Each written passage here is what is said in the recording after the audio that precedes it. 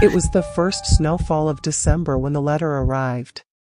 I remember the sound of the mail slot creaking and the faint thud of paper landing on the hallway floor.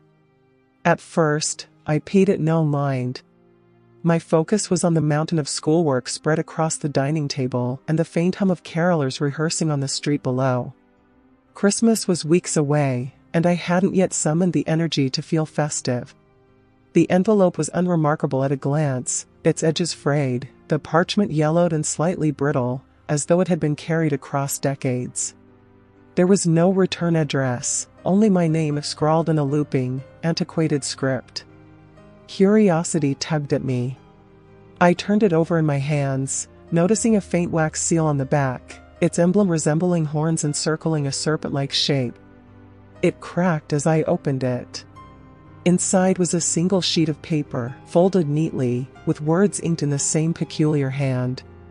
To the child of this household, it began, "You have lived this year with a heart as dark as the winter's longest night.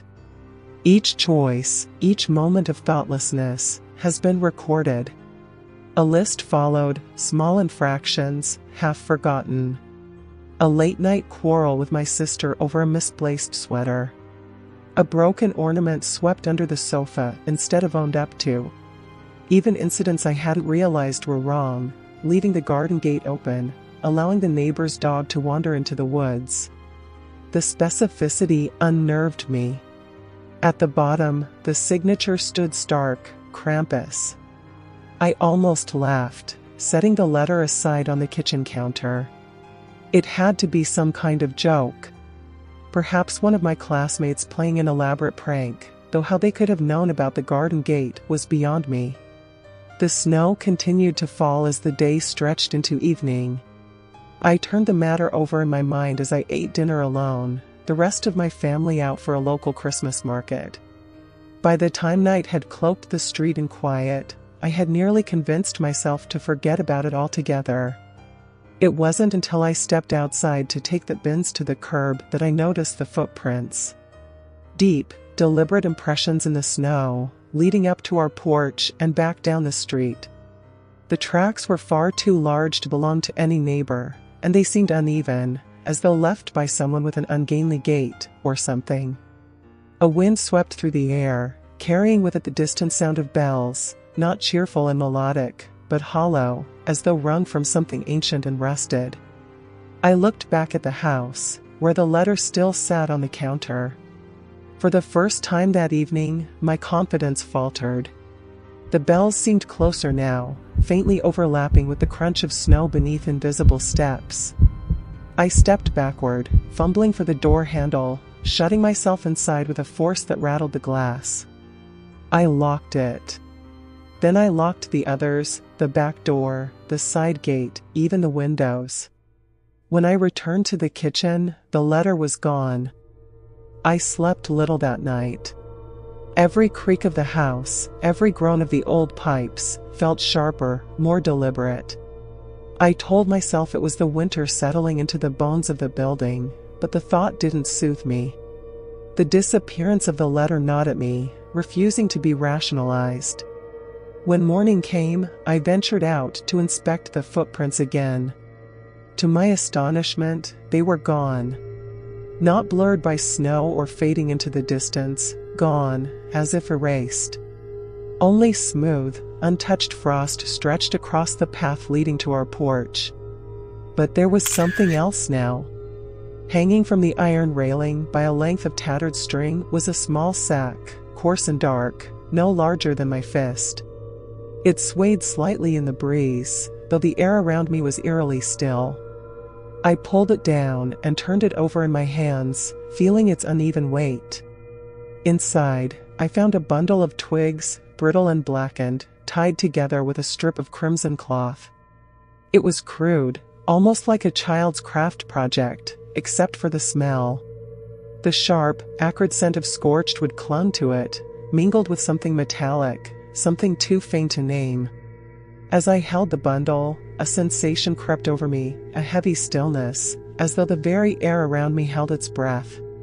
Then, from the corner of my vision, I caught movement, a dark shape shifting in the shadows between two houses across the street. At first, I thought it was an animal, perhaps a stray dog, but the silhouette was too large, too upright. It didn't move like anything I'd ever seen. The shape lingered for a moment, then vanished, dissolving into the fog that clung to the early morning air. I went back inside, locking the door behind me. My hands trembled as I placed the sack on the table, and for the first time in years, I caught myself whispering a quiet prayer. Later that day, as the sun sank behind the mountains, my sister, Clara, came home. She was younger than me by 3 years, but had the confidence of someone much older. She noticed my unease almost immediately. "Are you all right?" she asked, dropping her bag onto the floor. I considered telling her about the letter, the footprints, the strange shadow. But what would she think? That I was losing my mind? I forced a smile instead. "Just tired," I replied. She frowned but didn't press further, retreating to her room to wrap gifts. That night, the bells returned. I heard them faintly at first, drifting in through the gaps around the window frames. They were closer now, slower, their rhythm deliberate, like the tolling of a distant clock. I stood by the living room window, peering out into the street. At first, I saw nothing. The snow was pristine, untouched, glowing faintly under the street lamps. But as I strained my eyes, something emerged, a figure at the end of the street. It stood unnaturally still, its outline framed by the orange glow of a flickering lamp. It wore something long and heavy, a coat or cloak perhaps, and its head was crowned with what looked like antlers, or were they horns? My breath caught as the figure raised a hand, skeletal and elongated, and pointed directly at me. I stumbled back, my heart pounding. When I dared to look again, the street was empty. By now, the fear was no longer something I could suppress. The unease had grown into something physical, wrapping itself around my chest like a vice. I didn't sleep that night. Instead, I stayed by the window, watching, waiting, listening for the bells. And when morning came, another letter awaited me, resting neatly on the floor beneath the mail slot. This time, the message was shorter, written in the same jagged script. "The bells have rung. Prepare yourself, for I am near." I dropped the letter as though it had burned me. The twigs in the sack had vanished from the table. I wasn't alone in this house anymore. That day passed in a haze of apprehension. Clara remained oblivious to my growing unease, humming Christmas carols as she moved about the house, blissfully absorbed in holiday preparations. Her cheerfulness felt almost mocking against the weight of dread that had taken residence in my chest. I couldn't tell her. Something, whether pride or fear, kept me silent. How could I explain the letters, the figure in the street, the ominous bells that only I seemed to hear? I could barely make sense of it myself. By evening, the snowfall had thickened, blanketing the village in a deceptive calm. The lights from the surrounding houses shimmered through the frost-covered windows, casting fragmented patterns onto the walls. Clara had gone out to visit friends, leaving me alone. It was then that the bells began again. This time, they weren't distant. They resonated from somewhere close, vibrating through the air like a slow, deliberate countdown. I froze, listening intently. The sound wasn't coming from outside. It was coming from within the house. I followed the noise, my breath shallow, every step heavier than the last. The sound led me to the kitchen, where the old grandfather clock stood. Its pendulum swayed gently, though the clock hadn't worked in years. And then, just as suddenly as they had begun, the bells ceased. The silence that followed was suffocating. I turned to leave, and saw it. Reflected in the glass of the clock's face was a shadow, tall and angular, standing just behind me. My blood turned to ice. I spun around, but there was nothing there, only the faint scent of scorched wood lingering in the air. That night, the house seemed alive. The floorboards groaned under invisible weight, and faint whispers, not human, but guttural and low, seeped through the walls. I locked myself in my room, my back pressed against the door, the lights left deliberately bright. At some point, exhaustion claimed me, and I slipped into a restless sleep. I woke to the sound of scratching. It was faint at first, almost imperceptible, like the rustle of leaves against a window. But it grew louder, more deliberate, until it was unmistakably coming from my bedroom door. I held my breath, my heart hammering in my chest. The scratching stopped, replaced by a single knock. Then another. Slow, deliberate, each knock reverberating through the wood. Summoning every ounce of courage I had, I called out, my voice trembling. "Who's there?" There was no reply, only silence. Then, with an ear-splitting crack, the door burst open. But there was no one there. Only the hallway, yawning before me like an open mouth. Morning arrived, pale and cold, and with it, Clara returned. She found me sitting at the kitchen table, staring at the empty sack that now lay open in front of me. "All right," she said, her tone a mix of concern and irritation. "What's going on?" I looked up at her, the words tumbling out before I could stop them. I told her everything, the letter, the figure, the bells, the shadow in the clock. To my surprise, she didn't laugh. Instead, her face grew pale, and she took a cautious step back. "You should have told me sooner," she said. "Do you know what this means?" I shook my head. She hesitated, then spoke in a whisper, as though the very words might summon something. "You've been marked." The room seemed to darken, the air heavy with an unspoken fear. Outside, the wind howled, carrying with it the faint echo of bells. Clara's words clung to me like a bitter frost. Marked. She didn't need to elaborate. The weight of the term settled on my chest, its meaning as chilling as the wind that rattled the windows. For the first time, the festive warmth of the house felt alien, like a facade masking something much darker. "Who sent it?" I demanded, my voice taut. "Who would?" She interrupted, her voice low, her eyes darting toward the curtained window. "It's not who, but what. The Krampus doesn't leave letters for just anyone. It's an ancient warning, Lucas. And it doesn't go away easily." I stared at her, the skepticism still clinging to a corner of my mind. "That's just folklore," I muttered, though even as I said it, the words felt hollow. "Some story to scare children into behaving." Her gaze sharpened. "And what if the stories are real?" I wanted to dismiss her, but the house had other plans. As if on cue, the lights flickered. Once. Twice. Then, with a final sputter, they died, plunging us into darkness. Clara's breath hitched, her silhouette motionless against the faint glow of the snow outside. The silence was oppressive, broken only by a low, guttural sound. It wasn't the wind.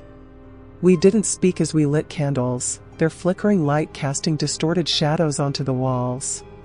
It wasn't until we stood in the living room, the faint sound of bells creeping through the silence, that she spoke again. "If you've been marked, you have to prove you're not what the letter claims you are," Clara said, clutching her coat as though it were armor. "The Krampus only comes for those who deserve it." "Prove it?" I echoed, incredulous. "To what? To a myth?" But as I spoke, I saw movement in the garden outside. A flash of black against the white snow, too quick to fully comprehend. Clara saw it too, her hand darting to my arm. "We need to leave," she whispered. We ran. Out into the snow, our boots crunching against the ice. The village streets were eerily empty, the houses dark as though the world itself had held its breath. The wind carried the faint toll of the bells, closer now, each note sharper and more deliberate. As we reached the square, a chill crept down my spine. I turned, scanning the darkness. There, at the far edge of the square, stood a figure. It was tall, impossibly so, with hunched shoulders and antlers that seemed to scrape the sky. Its silhouette was jagged, unnatural, and its eyes, two burning coals, cut through the distance. Clara pulled at my arm, but I couldn't move. My legs felt rooted to the ground, my breath frozen in my throat. The figure raised a hand, long, skeletal fingers curling toward me. The bells tolled again, louder this time, and the figure took a step forward. We stumbled into the church, slamming the heavy door behind us. The sanctuary was dim, the air heavy with the scent of aged wood and candle wax. Clara collapsed onto a pew, her breaths ragged. I leaned against the door, my heart pounding. "What is that thing?" I demanded, though I wasn't sure I wanted an answer. "It's here to judge," Clara said. "And it won't stop until it does." I opened my mouth to reply, but the sound of scraping would cut me off. Slowly, agonizingly, the church door creaked under an unseen pressure. The bells rang again. The sound of bells reverberated through the church, each chime slow and deliberate, filling the air like a dire proclamation. The heavy oak door rattled as though tested by a storm, though outside, the snow lay undisturbed. Clara's trembling voice broke the silence. "It's not just here for you anymore." I turned to her, my words coming out harsher than intended. "What does that mean?" She pointed to the window, her hand unsteady. Outside, faint hoofprints marred the pristine snow, weaving between the graves in the churchyard. But they didn't stop, they circled the building like a predator stalking its prey. My instinct screamed to barricade the door, to fortify the sanctuary against whatever monstrosity prowled outside. Clara seemed to sense my thoughts. "It won't help," she said. "This place isn't safe anymore." A loud bang echoed from above, as though something impossibly heavy had landed on the roof. Dust rained down from the rafters, and the candle flames flickered violently. I grabbed Clara's wrist. "We have to go. Now."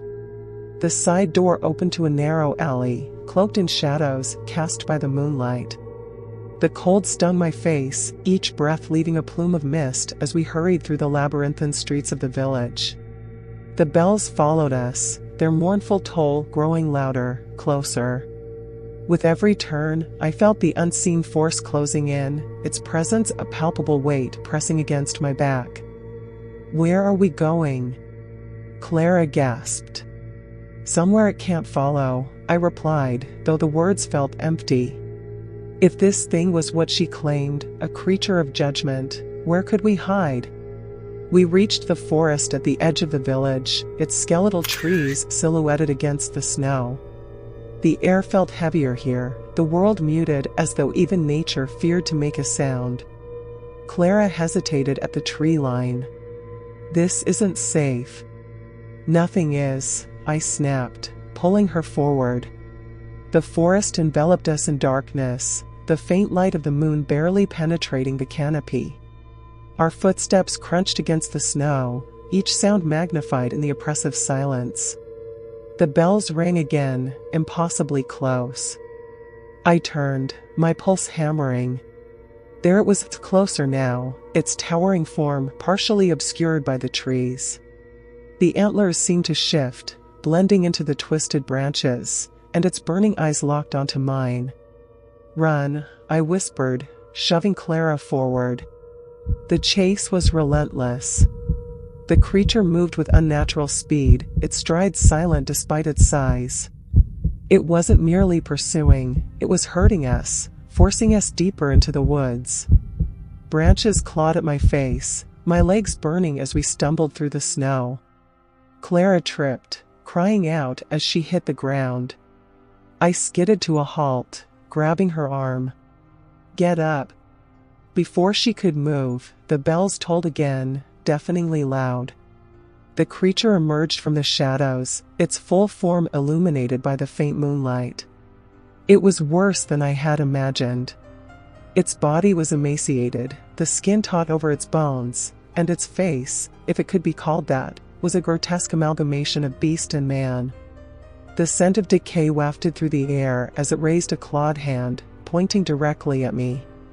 The letter. The sins. This was my reckoning. The ground beneath me shifted, a sudden force pulling me down. Snow gave way to darkness, the forest disappearing as I fell into a suffocating void. I reached for Clara, but she was gone, her scream swallowed by the abyss. When I hit the ground, the impact knocked the air from my lungs. I lay there, staring up at a sky devoid of stars, the bells now replaced by an eerie silence. And then it spoke. Its voice wasn't loud, but it resonated inside my head, each word a hammer against my thoughts. Confess. The single word hung in the air, an unspoken demand. Confess. The word echoed not only in my ears, but in my chest, reverberating like the toll of the bells.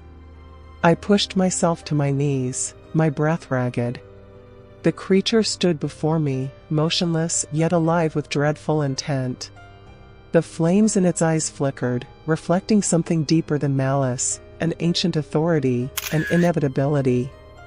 I tried to speak, but the weight of the command pinned my words in my throat.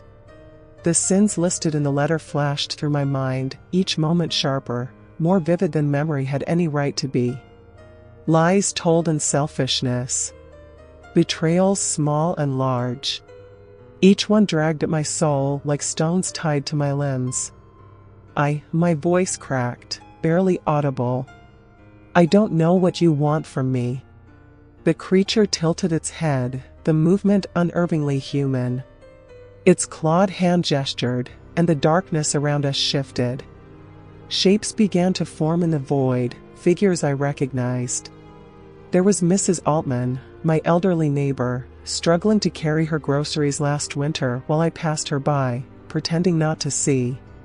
There was Lucas, my younger brother, his face crumpled with tears after I broke the toy he treasured, just to prove a point. There was Anna, a classmate I humiliated with a cruel joke, the laughter of others ringing louder than her quiet pain. Each memory came alive, as though I was there again, watching myself from the outside. The shame was suffocating, more tangible than the cold. Confess, the creature repeated, its voice colder now, more demanding. I'm sorry. I cried out, the words tumbling from me like water breaking through a dam. I was selfish. I was cruel. I didn't think it mattered. The images froze, suspended in the air like a series of unspoken accusations. The creature stepped closer, towering over me. Its breath was like ice, its antlers casting a jagged shadow that seemed to swallow the ground. The burning eyes locked onto mine. Do you seek absolution, or only escape? The question was a knife, cutting through the thin veneer of my excuses. I hesitated, the weight of it pressing down on me. Did I want forgiveness? Or did I only want to be free of this nightmare? I don't know, I admitted, my voice trembling. But I want to be better. I want to change. The creature did not move, but something in the air shifted. The oppressive darkness lightened, the edges softening as though the void itself was retreating. For a moment, I thought I had passed its test. But then it raised its hand once more, pointing past me. I turned, and my heart sank. There, in the distance, was Clara. She stood alone, her face pale and her eyes wide with terror. Around her, the darkness thickened, pulling her away. No, I whispered, scrambling to my feet. No. Take me. It's my fault. The creature's gaze followed mine, its expression inscrutable. It spoke again, the final word heavy with grim authority. Choice. I understood immediately. It wanted me to choose my salvation or Clara's. I ran to her, every step a battle against the encroaching shadows. She reached out for me, her lips forming words I couldn't hear. The darkness clawed at her, dragging her further away. When I reached her, I didn't hesitate. I pulled her into my arms, shielding her with my body. Take me. I screamed into the void. Leave her alone. The shadows surged, engulfing us both. The creature's eyes burned brighter, and the sound of the bells rose to a deafening crescendo. Then, silence. When I opened my eyes, I was lying in the snow outside the church. The village was quiet, the lights in the windows warm and inviting. Clara knelt beside me, her face streaked with tears. "You're alive," she whispered, her voice thick with relief. I sat up slowly, the world spinning. The memories of the void, the creature, the choice, they lingered, vivid and unrelenting. Clara helped me to my feet. "It's over," she said, her voice trembling. But as I looked around, I knew it wasn't. The hoofprints in the snow remained, leading away into the forest. The bells had stopped, but their echo lingered in my mind. And in my pocket, where the letter had been, I found a single scrap of parchment.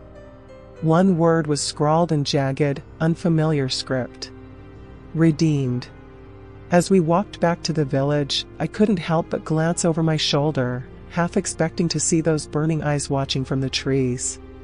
The air was still, the night peaceful, but I knew better now. The Krampus wasn't a tale to frighten children. It was a reminder, a warning. And though I had been spared, the weight of my sins would never fully leave me. I held Clara's hand tightly, vowing to make every moment count, to live a life that would never again summon such a reckoning. But even as I made that promise, the bells echoed faintly in the distance, a chilling reminder that some shadows never truly fade,